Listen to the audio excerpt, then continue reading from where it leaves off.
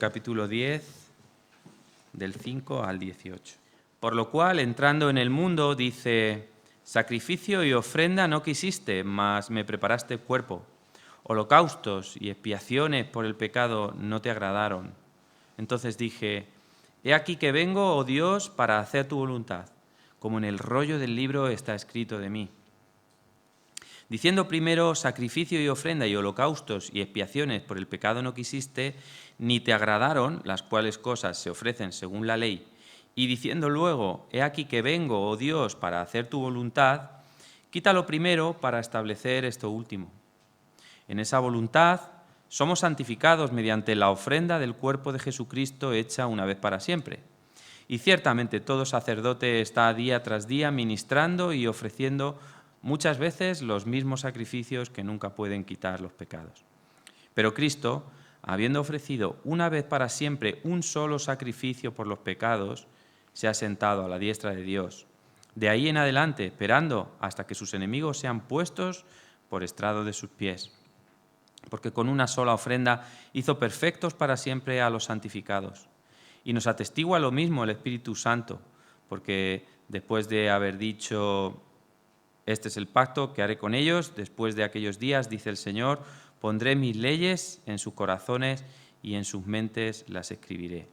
Y añade: y nunca más me acordaré de sus pecados y transgresiones, pues donde hay remisión de estos, no hay más ofrenda por el pecado. Nos hemos acercado ahora estos dos últimos domingos al tema de la cruz y quisiera que diéramos un paso más en este tema. Es el centro del centro, como decíamos anteriormente. Hemos visto que la cruz es la causa de nuestra salvación. Es la parte central de nuestro Señor Jesucristo. Y también que cuando miramos, vemos cosas acerca de la obra del Señor Jesucristo que tienen que ver con nosotros. La contemplación de la cruz es algo esencial para el creyente. No solamente saber la causa, sino que también la podamos contemplar, la podamos sentir, la podamos disfrutar. Pero ahora, en esta tarde, yo quisiera que lo miráramos de manera teológica. Es decir, que vamos a centrarnos en la cruz, lo que es la cruz como expiación y redención, en estos dos términos. Cuando escuchamos la idea de teología y de definir las cosas de manera teológica, podemos asustarnos un poco, pero no tiene por qué ser así. La teología debe de ser fácil y debe ser simple, pero es la manera en que nosotros podemos afrontar las cuestiones, las preguntas o retos que tenemos en la sociedad. Cuando nosotros vamos y decimos que nuestra religión o nuestra fe está centrada en una cruz donde fue clavado un hombre por el Imperio Romano, pues entonces asusta un poco y la gente no lo puede entender. Si hablamos de lo que sentimos, experimentamos, entonces la gente podrá decir: bueno, eso es tu manera de pensar o de sentir. Pero nosotros tenemos que ir un poco más allá y explicar las razones de la cruz, explicar cuál es el sentido que las Escrituras da a la cruz. Y por eso tenemos que pensar de manera teológica. No os asustéis, porque la palabra de Dios es suficientemente sencilla y simple para que nosotros lo podamos entender. He elegido estos dos términos, la idea de expiar y la idea de redimir, porque están íntimamente relacionadas. Cuando hemos leído, se nos ha leído el libro de Hebreos, ha salido varias veces la idea de la expiación, es decir, lo que en el Antiguo Testamento implicaba que un animal fuera sacrificado para expiar los pecados del pueblo, los pecados del pueblo de Dios. En Éxodo 30, si queréis tomar nota y luego lo podéis ver, se nos está explicando. En realidad, si vosotros vais al libro de Levítico, más de 80 veces aparece la palabra expiación o expiatorio. Y es la idea central cuando miramos los sacrificios de los animales, que es lo que nos está diciendo el autor de Hebreos. Sacrificios, expiaciones, holocaustos, no, han pasado. ¿Por qué? Porque se me ha preparado cuerpo, dice en el libro de Hebreos. Y ese cuerpo se refiere, como nos explica, a nuestro Señor Jesucristo. ¿Y cómo termina el texto que se nos ha leído? Pues en el momento en que ya ha pasado lo antiguo, aquella expiación por medio de los animales, y ahora se ha traído otra expiación, que es por el cuerpo, la obra del Señor Jesucristo, que se ha ofrecido libremente por nosotros, nos dice versículo 18, pues donde hay remisión de estos, de los pecados, no hay más ofrenda por el pecado, es decir, una vez para siempre. Entonces, el cumplimiento expiatorio del Antiguo Testamento se cumple en el Nuevo Testamento. Cuando en el Antiguo Testamento está hablando de expiar, pagar por medio de un animal, del sacrificio, en el Nuevo Testamento se va a repetir varias veces el término redimir o redención. Y la palabra en griego que se está hablando en otros lugares, en lugar de nuestras versiones, decir redención, dice rescate, pero es la misma palabra en el griego, redención y rescate. Lo que pasa es que la redención está hablando del término general y el rescate es el precio particular. Entonces, el Nuevo Testamento está utilizando, particularmente Pablo, pero no únicamente Pablo, está utilizando el término de pagar. Es decir, que alguien pague por el delito, por la deuda o por la falta. Es el mismo término. Cuando se está hablando de expiación en el Antiguo Testamento, Pablo está tomando el término redención, que tiene que ver con los sacrificios de animales, pero también tiene que ver con una manera de entenderlo del rescate de los esclavos, de cuando se pagaba a un esclavo, cuando traía el concepto de liberar, liberación o de dar libertad. Y a veces cuando encontréis esa palabra también de liberación, se está hablando de la misma palabra en griego que habla de redención. Hay otros términos que van a hablar de lo mismo, como por ejemplo una palabra que aparece 2 o 3 veces únicamente, pero que es muy importante, que es propiciación. Es una palabra también importante que deberíamos de meditar en ella, porque está hablando del propiciatorio en el Antiguo Testamento, cuando los rituales del pueblo de Israel, pero ahora de ser propicio, es decir, que es una sangre que se vierte y se quita la ira de Dios, es decir, se paga para que no haya ira, para que la ira de Dios sea frenada. O como por ejemplo aquí y en otros lugares que se nos ha leído, se habla de sacrificio. No el sacrificio personal, sino el sacrificio de otro. Y ahí viene nuestro Señor Jesucristo, que como hemos dicho es la paga por medio del animal, el cumplimiento de los sacrificios, expiatorio, es la paga como en el concepto romano, redención, pero también ahora se nos dice que Él es la propiciación por nuestros pecados, es el sacrificio hecho una vez para siempre por nuestros pecados. Hay otros términos, por ejemplo, reconciliación, es decir, estábamos enemistados con Dios y algo ha ocurrido, algo ha hecho Cristo y la cruz que ha traído reconciliación entre Dios y los hombres, entre el pecador y el juez, que es nuestro Dios. Pero reconciliación está hablando solamente de un término en particular, como por ejemplo la purificación, es otro término que aparece en el libro de Hebreos. Así que hay diferentes maneras de definir lo que la cruz, la sangre de nuestro Señor Jesucristo ofrecida en ese lugar alto, está adquiriendo o ganando para nosotros. Y creo que es importante que todos vosotros entendáis estos términos cuando llegáis a las Escrituras. A veces hay palabras que se han quedado un poco desfasadas en nuestras versiones de la Biblia. Bueno, pues hay que modernizarlas, hay que cambiarlas, actualizarlas, etc. Pero hay veces que los términos que nosotros encontramos son teológicos y son importantes, que nosotros los comprendamos y los sepamos definir y explicar. Que cuando alguien venga y te pregunte qué es expiar, qué es redimir, tú puedas explicarlo y puedas explicar lo que esto significa y qué es lo que esto consigue. Para poder hacer esta clase de teología, vamos a ir a alguien que es mejor que yo. En la carta del apóstol Pablo a los Romanos. Y vamos a leer unos versículos y vamos a pensar en ellos. Romanos capítulo 3, vamos a leer a partir del versículo 21.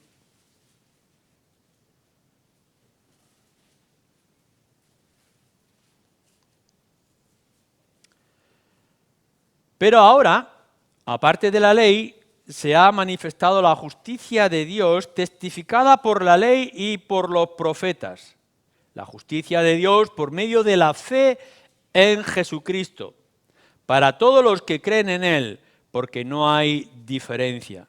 Por cuanto todos pecaron y están destituidos de la gloria de Dios, siendo justificados gratuitamente por su gracia mediante la redención que es en Cristo Jesús, a quien Dios puso como propiciación por medio de la fe en su sangre, para manifestar su justicia, a causa de haber pasado por alto en su paciencia los pecados pasados, con la mira de manifestar en este tiempo su justicia, a fin de que Él sea el justo y el que justifica al que es de la fe de Jesús.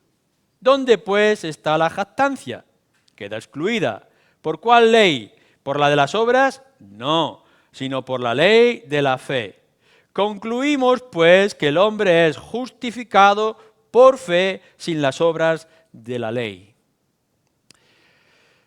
Cuando leemos con tranquilidad y sosiego este pasaje, nos damos cuenta de que no solamente es emocional, es decir, que despierta en nosotros cierto sentido o deseo de gozo por lo que eso implica para la salvación de nuestras almas, también lo que podemos ver es una explicación muy clara, muy sencilla y teológica de lo que significa redención y de lo que significa expiación, propiciación también, como decíamos, del Antiguo Testamento. Vamos a ir por partes, vamos a ir por tanto ver qué es lo que esto está implicando. Versículo 23. Por cuantos todos pecaron y están destituidos de la gloria de Dios. El ser humano, nos está diciendo el apóstol Pablo, está sin la gloria de Dios. Este es el sentido de todo el mundo que está a nuestro alrededor. Este es el estado espiritual en que se encuentra. Está sin la gloria de Dios. Este es el estado en el que tú y yo estábamos en cierto tiempo. Estuvimos caminando sin esperanza y sin Dios, sin la gloria del Señor. Claro está que nosotros somos criaturas y que Dios como creador tenía cuidado de sus criaturas, que el sol sale para todos y que la tierra con su cultivo es para todos y que los beneficios de Dios alcanzan a todas sus criaturas. Sí, pero nada más. Es decir, lo único que podíamos esperar de Dios es que fuera creador y que fuera sustentador, es decir, nos mantiene en medio de la creación. Pero por culpa nuestra, por culpa de nuestros pecados, en realidad no podíamos alcanzar, ni podíamos tener, ni disfrutar de la gloria, de la majestad o de la belleza de Dios. Sin gozo y sin esperanza. Y si recordáis de vuestro pasado, antes de ser creyentes, y si miráis a la gente del mundo de una manera general, podéis ver que sí, son personas quizás religiosas o que son personas en apariencia felicidad, pero hay algo que no tienen, y es la gloria de Dios en sus vidas, el resplandor de su amor, de su poder y de su grandeza.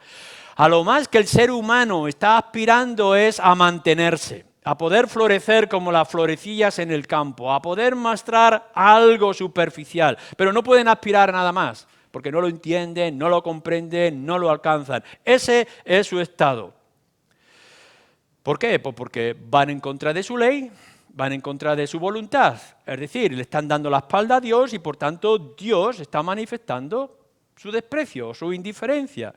Está actuando con ellos como creador, con su criatura, pero no como un padre para con su hijo. Y esto es lo que nosotros podemos ver y definir a nuestro alrededor. No entienden y no buscan conocer cuál es el carácter de Dios, qué es lo que significa la santidad de Dios o la grandeza de Dios, su magnificencia, su luz, su resplandor, su pureza, etcétera, etcétera. Es más, no solamente eso, sino cuando vamos analizando en otros lugares de las Escrituras, aquí que nos está hablando del pecado, los pecados pasados, en otros lugares nos dice, por ejemplo, que nosotros estamos bajo la esclavitud del pecado. En el capítulo 6 nos lo está diciendo, antes estábamos bajo el señorío. El pecado es el que controla, es el que gobierna, no es Dios, es el pecado. No estábamos buscando agradar a Dios, sino agradar nuestra carne, nuestros apetitos carnales. Pero incluso nos dice más, porque en otros lugares nos dice, por ejemplo, que si nosotros no tenemos al Dios glorioso, lo que tenemos es el padre de los espíritus malignos. Es decir, estamos bajo el dominio de Satanás.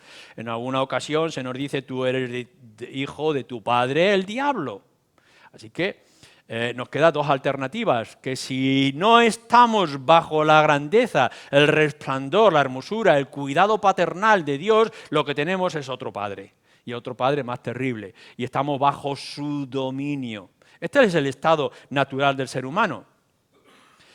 Nada más, esto es lo que se les espera. Es decir, si tú no hubieras conocido a Cristo y el valor de la cruz, si estuvieras todavía con lo que está el resto de los miles o millones de personas que están a tu alrededor, que no conocen a Dios y su gloria, ese es el estado que estás, dominado bajo el pecado, haciendo la voluntad de vuestro padre, el ángel caído. Esto es lo que nos dice. ¿Qué es lo que está ocurriendo? Bueno, si este es tu estado y esta es tu voluntad, Dios no tiene ningún deber para contigo. La Escritura lo va a decir muy claro. La salvación no es un deber de Dios, es la misericordia de Dios. Dios no tiene el deber de salvar a nadie, no tenía ninguna responsabilidad. Acordaros, por ejemplo, lo que nos está diciendo con respecto a los ángeles. Los ángeles caídos quedaron en su estado y así va a ser durante toda la eternidad.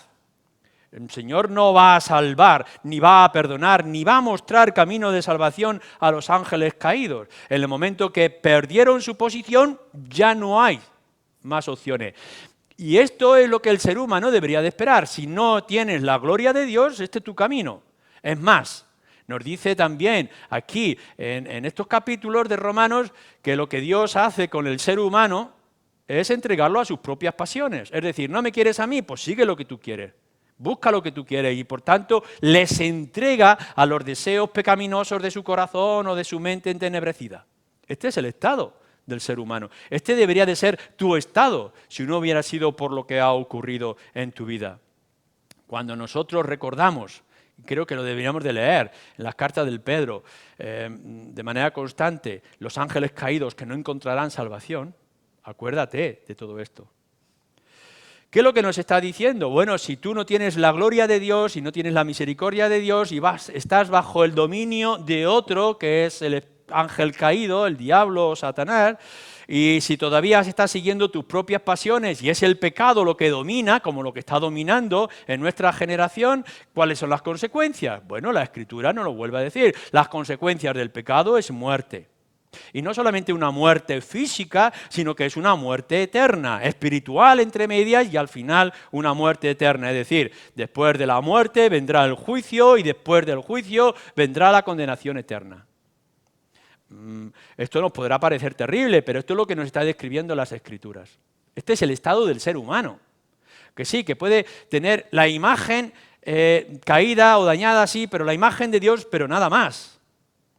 Pero la gloria de Dios, la grandeza, la gran manifestación de lo que Dios es y significa, no podrán llegar a entenderlo por muy religiosos que puedan aparentar. Pero volvemos otra vez a nuestro texto, tanto como en el versículo 21, pero ahora, dice, aparte de la ley se ha manifestado la justicia de Dios. O en el versículo 24, siendo justificados gratuitamente la redención, por su gracia mediante la redención, que es el Señor Jesucristo. Nos lo va a decir en varios lugares del texto. La decisión que se ha tomado no ha sido tuya. La decisión del cambio que se va a operar es de parte de Dios.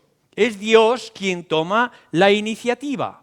en todo lo que es el plan de salvación. Es decir, no alcanzas a entender ni a disfrutar, a gozarte y encontrar el placer con la comunión con Dios por causa de tu pecado. Y no hay voluntad en ti de que esto cambie. Simplemente una transformación externa, pero no del corazón. Quien va a traer el cambio y la transformación, el que toma la iniciativa es Dios mismo. Por una parte, nos dice también la Escritura que Dios ha puesto un precio. Tu pecado tiene un precio, tiene un coste. Es decir, es que tú has cometido una deuda y esa deuda hay que pagarla. Tú estás con unas cadenas sujetas a la voluntad de otro y esas cadenas hay que romperlas. No puedes hacer nada, no puedes librarte. Es más, todo tu intento aparente de hacer algo para rescatar, romper las cadenas o alcanzar la comunión con Dios son inútiles. Incluso el apóstol Pablo, que escribió estas letras, nos estaba diciendo que sus trapos de justicia son trapos sucios, son trapos de inmundicia. Por más que se podría esforzar todo el cumplimiento, el esfuerzo del cumplimiento del Antiguo Testamento, era en vano porque se daba cuenta de que estaba caído. Y cuando estudiáis la historia de todos aquellos que han entendido o comprendido la Escritura, era esto. En un principio se esforzaban en cumplir y se daban cuenta que no podían cumplir y por tanto lo que hacían era acumular todavía más pecado. ¿Cómo podríamos pagar esto? Nosotros no teníamos ningún alcance para pagarlo. Nuestros esfuerzos eran vanos. Pero no solamente eso, es que el pecado, lo decíamos en otra ocasión, el pecado que tú puedas cometer, el que haya en tu corazón ahora, el que haya en tu mente, los hechos que hayas dicho, las palabras que hayas pronunciado, no son simplemente cosas banales. El pecado tiene que ver con aquel que ofendes. Es decir, si ofendes a una persona será un pecado personal, un pecado de relación.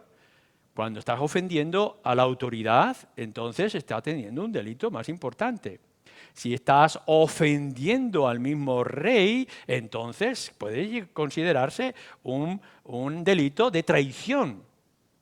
Imaginaros entonces lo que significa cada pecado tuyo o cada pecado de esta gente en el mundo cuando es contra Dios y cuando es contra su gloria y su majestad. No estamos hablando de cosas fáciles de pagar o de redimir, sino que estamos creando una deuda enormemente alta e inalcanzable por medio de nuestra religión, nuestros esfuerzos y nuestros sacrificios. Cuando leíamos o nombrábamos el domingo pasado de Mateo 18 y ahora también recordando esa parábola de los dos deudores. Si leéis en ese capítulo 18, el primer deudor debía una cantidad inimaginable a su señor que nunca podría haber llegado a pagar. Pero en la misericordia de Dios, en un primer acto, ese señor paga o le perdona la deuda. El otro es una deuda insignificante. Bueno, tu deuda para con Dios es muy alta. La ofensa que tú haces cada vez que desprecias a alguien, cada vez que cometes una felonía o una maldad, cada vez que te dejas llevar por la ira o tienes un mal pensamiento o deseo en tu corazón, estás ofendiendo a Dios. Y ese pecado conlleva la muerte. Y cuanto más lo intentes, más inútil te darás cuenta de que eres. ¿No sabéis que los esfuerzos de religión en las Escrituras se llama idolatría? O que cuando estás creyendo que tú puedes hacer algo, esto en la Escritura se demuestra que es vanidad y es vacío. Que aquellos esfuerzos o sacrificios, nos dice en cierto lugar, son rituales muertos. Es decir, no podemos hacer nada y nuestro intento de pagar es aumentar la deuda. Por tanto, la sentencia que ha sido establecida por Dios es muerte. ¿No podéis escuchar la voz? Esto es lo que está diciendo. Por causa de tu pecado, muerte. Por causa de todas tus ofensas delante de Dios y delante de los hombres serás juzgado. Y el juicio tiene ya una condenación hecha y firme, que es muerte. Esto es lo que nos está diciendo la Escritura acerca del estado del mundo y de nuestro estado si no somos creyentes. Pero a la misma vez, y entonces volvemos otra vez a nuestro texto, aquel que ha establecido aquel pago enorme que no podías pagar, Él ha establecido que se pueda pagar. Es decir, ha traído un rescate. Tú no podrías hacerlo. Tu pecado es demasiado grave y demasiado serio. Las consecuencias son eternas. Tú no puedes librarte de esa deuda para con Dios. Pero a la misma vez que Dios establece el precio, también establece el rescate. Cristo Jesús. Por cuantos todos pecaron y están destituidos de la gloria de Dios, siendo justificados gratuitamente por su gracia. ¿Cómo? Mediante la redención, el pago, el rescate que es en Cristo Jesús. ¿Quién ha puesto a Cristo Jesús como nuestro rescate? Dios mismo, el Padre. Tenemos, nos dice en varios lugares, redención, rescate, liberación por medio de su sangre. Claro, la paga de tu pecado era muerte y muerte eterna. ¿Quién te puede librar de la muerte eterna si los pecados no los puedes borrar de tu propia alma? ¿Quién te podrá librar de esto? Y Dios dice, mi Hijo Jesucristo, Él será el rescate. Su sangre va a limpiarte de todo pecado delante de mí.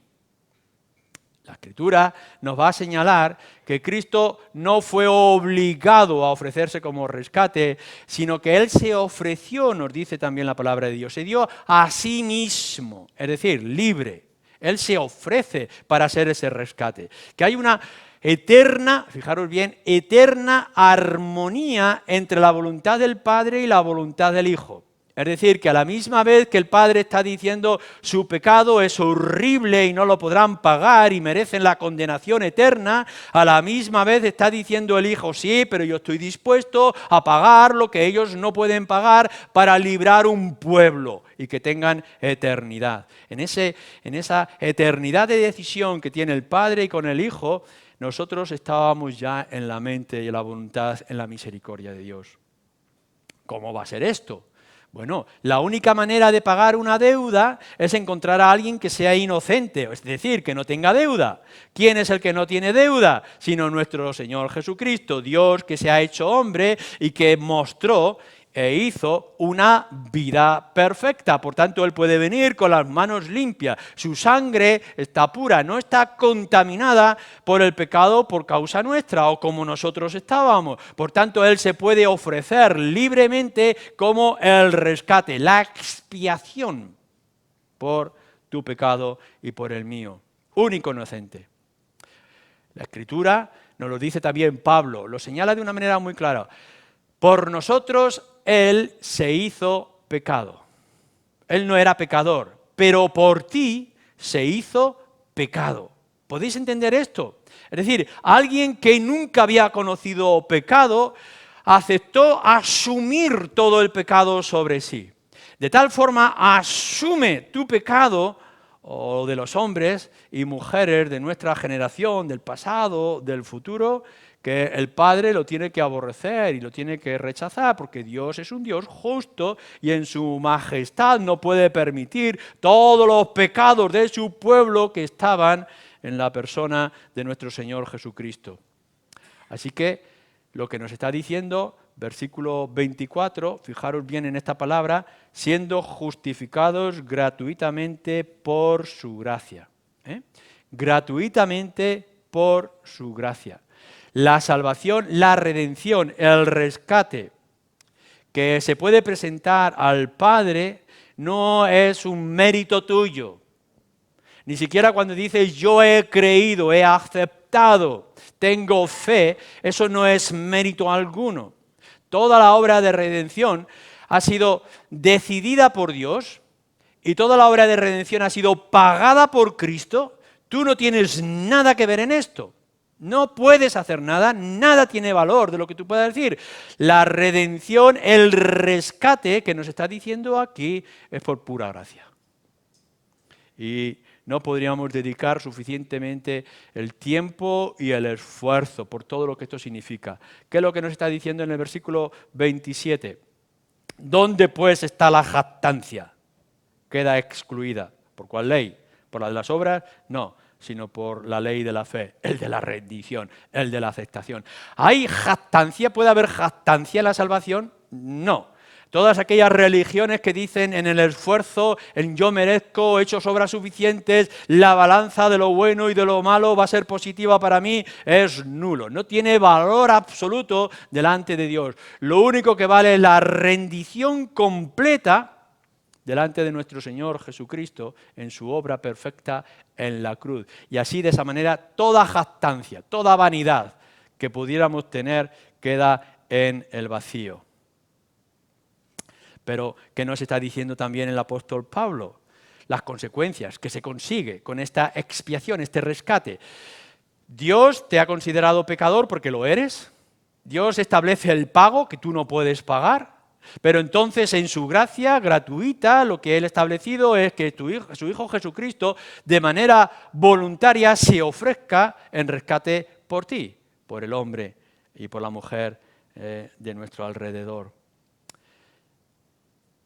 ¿Qué es lo que consigue? Bueno, pagar el rescate, quitar la deuda. El Señor Jesucristo lo va a decir aquí, Pablo lo va a decir aquí y lo dice nuestro Señor Jesucristo para que se cumpla toda justicia, para que se cumpla todo lo que estaba demandado. Dios tenía una lista enorme, Dios el Padre tiene una lista enorme de las deudas y de los conflictos y de las consecuencias del estado de tu alma para toda la eternidad. Están aquí escritas.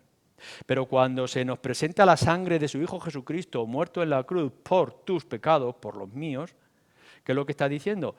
Ya no más, ya no hay. Se ha cumplido toda justicia. Las palabras que a mí más me gustan, o que una de las que más me gustan en las Escrituras, lo vemos en los Evangelios, es Dios hablando. Y está hablando delante del mundo y está hablando delante de su Hijo. Y está trayendo Dios un mensaje personal, Dios hablando por su propia voz a la gente que estaba alrededor. Y Dios, por medio del Espíritu, está señalando a su Hijo. Y cuando Dios está señalando a su Hijo, dice, he ahí, en el cual yo estoy satisfecho. Es el cumplimiento. Dios demanda de una manera divina, eterna, infinita, el pago por tus pecados. Y en cierto momento dice, he aquí que está mi Hijo, en el cual yo estoy complacido, estoy satisfecho. Ya no hay más. Esto es lo que está significando la cruz. Que nuestra deuda era enorme, incapaces nosotros de hacer nada en absoluto. Y Dios de pronto diciendo, pero en mi Hijo yo quedaré satisfecho. Ya no habrá más demanda. Cristo no estaba obligado a morir en la cruz. No fue empujado o obligado. Ni siquiera, como hemos dicho en alguna ocasión, fue causa de accidente o de la voluntad directa del ser humano, de los enemigos, sino que Él fue voluntariamente a cumplir la voluntad del Padre. Se dio a sí mismo, como hemos dicho antes. Y ese hecho voluntario nos ha quitado todos los pecados delante de Dios el Padre. Había una ira, y ahí había una ira justa. Dios podría haber aplastado tu alma en el infierno por toda la eternidad y habría sido glorificado por su justicia y por su santidad. No pensemos que Dios hubiera sido un Dios cruel, no, es un Dios justo. Tu ofensa es contra la divinidad, es contra el eterno, por tanto tu condenación debería de ser eterna.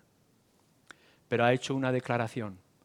Todo aquel que esté en mi Hijo Jesucristo, es decir, todo aquel que haya sido pagada su deuda por medio de mi Hijo Jesucristo, ya no habrá más deuda. Ya se habrá eliminado el pecado. Y por tanto, la ira de Dios desaparece de un plumazo. Aun cuando tú pudieras haber sentido en un momento que merecías el infierno, ahora puedes pensar que ya no hay infierno para ti. ¿Porque eres mejor persona? No, porque Dios es misericordioso y ha aceptado el sacrificio definitivo y completo en su Hijo Jesucristo. ¿Qué es lo que nos hace además esta redención de nuestro Señor Jesús, este rescate pagado en la cruz por Él? la liberación de la esclavitud. Lo dice también en el capítulo 6 de esta misma carta. Cuando Cristo muere, nosotros morimos al pecado. Ya no hay dominio del pecado sobre nosotros.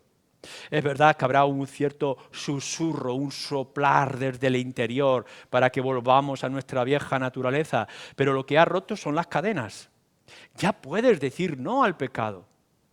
Lo que nos hace la liberación, el rescate, la redención de nuestro Señor Jesucristo es romper las cadenas. Es decir, ya no perteneces al señorío de Satanás o al señorío de la carne, ahora perteneces al señorío de Cristo. Le perteneces a Él y por tanto puedes decir no.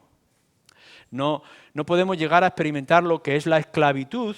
Hay mucha gente hoy en día que está en esclavitud, ayer lo estábamos recordando, y lo que pronto significa la total y completa liberación. Alguien que ha estado con cadenas en un pozo de miseria y de pronto sale a la luz sin cadena alguna. Esto es lo que queremos nosotros. Estábamos en esa situación y Cristo ha roto nuestra cadena. Ahora somos libres. Y aun cuando pueda venir el susurro, el ataque, la tentación, nosotros podemos decir no, somos libres, porque Cristo nos ha hecho libres. Y por tanto podemos responder. ¿Cómo? Diciendo, se ha pagado. Así que nos dice en el libro de Apocalipsis que vendrá Satanás y nos acusará. Y nos podrá decir, pero si este hombre y esta mujer son pecadores. Sí, pero vendrá a la misma vez el Señor Jesucristo y rechazará aquella acusación como el abogado que es nuestro. Y nos dirá, no, yo he pagado por ello. Claro que son pecadores. Nunca hemos dejado de ser pecadores. Pero Cristo ha pagado por nuestros pecados. Entonces, el acusador ya no tiene fuerza alguna contra nosotros. ¿Por qué? Porque la paga está hecha. Porque hemos sido liberados. Más consecuencias de esto, si la paga, la deuda que teníamos se ha cumplido, se ha pagado, ya no se puede demandar más. En los bancos puede haber algún tipo de error, Hacienda puede cometer errores. Tú has pagado, has cumplido con tus deberes en Hacienda, pero a lo mejor con algún retraso, de alguna manera, algún lío en el ordenador, te mandan una carta diciendo, oiga, usted me debe esto. Enseguida tú sacas tus facturas y dices, no estoy pagado, yo declaré mi renta y vas a Hacienda, vas a aquellos que te están demandando la deuda y dices, no, ya está pagado, no te pueden pedir más, está pagado, ya no hay deuda. Lo que nos está diciendo la Escritura es que ya está pagado, nadie puede venir y demandarte nada. No te están diciendo, no te puede decir la Escritura, no te puede decir nadie a tu alrededor, ni religión alguna, que tengas que añadir algo a lo que Cristo ha hecho. Cristo no necesita tu ayuda, no necesita tu apoyo, no necesita tu bautismo, no necesita nada. Lo único que tienes que hacer es rendirte a lo que Cristo ha hecho. La deuda está pagada en Cristo solamente. Él es la redención. No es Él más tu religiosidad, tus rituales, tus esfuerzos, tus opiniones. No, es Cristo y ya está. Él es más que suficiente para salvarte a ti y salvar a un pueblo entero. No se exige, no se va a exigir ninguna otra cosa. Otra consecuencia que trae esto es que si ya está pagada la deuda, ya no se puede perder lo que se ha ganado y lo que se ha adquirido. Cuando nuestro Señor Jesucristo dice que estáis en mis manos y que en mis manos estáis seguros, lo está diciendo con toda evidencia. Si yo he pagado, no te pueden pedir nada más y no puedes perder lo que yo ya he ganado. Cuando nosotros nos fijamos en la muerte del Señor Jesucristo, no estamos hablando de una posibilidad de salvación, sino de la seguridad de salvación. Claro, si dependiera de lo que tú haces, de tu religiosidad, de tus esfuerzos, claro que lo puedes perder, porque puedes fallar en cualquier momento, pero la paga de nuestro Señor Jesucristo no falla, es contundente y es definitiva. Cristo ha muerto, por tanto ya nadie te puede demandar nada y lo que Él ha ganado no se puede perder. Estás seguro en Cristo por toda la eternidad. Más que esto, si la paga del Señor Jesucristo en aquella horrible cruz está cumplida y Dios está satisfecho, con Él se alcanzarán todas las bendiciones. Aquí lo que nos está diciendo, cuando todos los pecados pasados son pasados en alto, ya no se tienen en cuenta, de pronto pasamos a un nuevo estado. Ahora podemos ver y sentir lo que es la gloria de Dios. No solamente como el creador, sustentador de todas las cosas, sino mucho más. De enemigos, nos dice la Escritura, hemos pasado a ser amigos de Dios. No solamente, sino que además somos hijos de Dios. Porque todo aquel que puede decir que Cristo es su Señor, también puede decir que Dios es su Padre. Hemos pasado a un ámbito nuevo. No todo ser humano es hijo de Dios, pero todo el que ha sido rescatado por la persona del Señor Jesucristo, ahora sí puede ser declarado hijo de Dios. Y si somos hijos de Dios, también seremos herederos, es decir, coherederos con el Señor Jesucristo. Así que cuando Él venga con toda su gloria y majestad, no nos vamos a presentar delante de Él como meras criaturas esperando un poco de misericordia, no, nos vamos a presentar como arrastrados por su influencia y por su poder para recibir con Él toda la herencia que está preparada en la gloria del Padre. Esto es cierto y es seguro, porque ya no se nos mirará como enemigos esperando en la misericordia de Dios, sino en el cumplimiento perfecto de su gracia para con nosotros. Y esa herencia que tenemos en la espera, en esperanza, será eterna y será gloriosa. ¿No es esto extraordinario? Pero desgraciadamente no tengo que terminar aquí. Si bien tendremos que decir, todo aquel que tenga a Cristo Jesús ya no tiene una deuda con el Padre y está seguro por toda la eternidad, tengo que hacer una advertencia, sea quien seas. Si rechazas a Cristo, como dice el autor de Hebreos, ya no queda otro sacrificio, no queda otra cosa.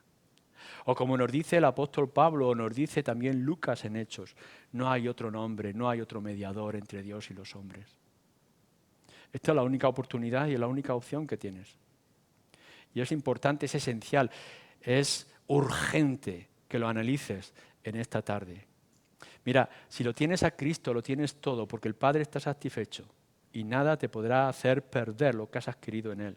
Pero si no tienes a Cristo, no busques otro camino, no busques otra senda, no hay otra redención. No podrás pagar tus pecados y tus pecados te condenarán por toda la eternidad.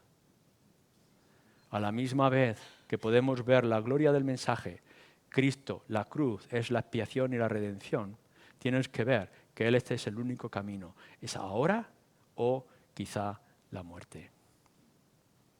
Amén.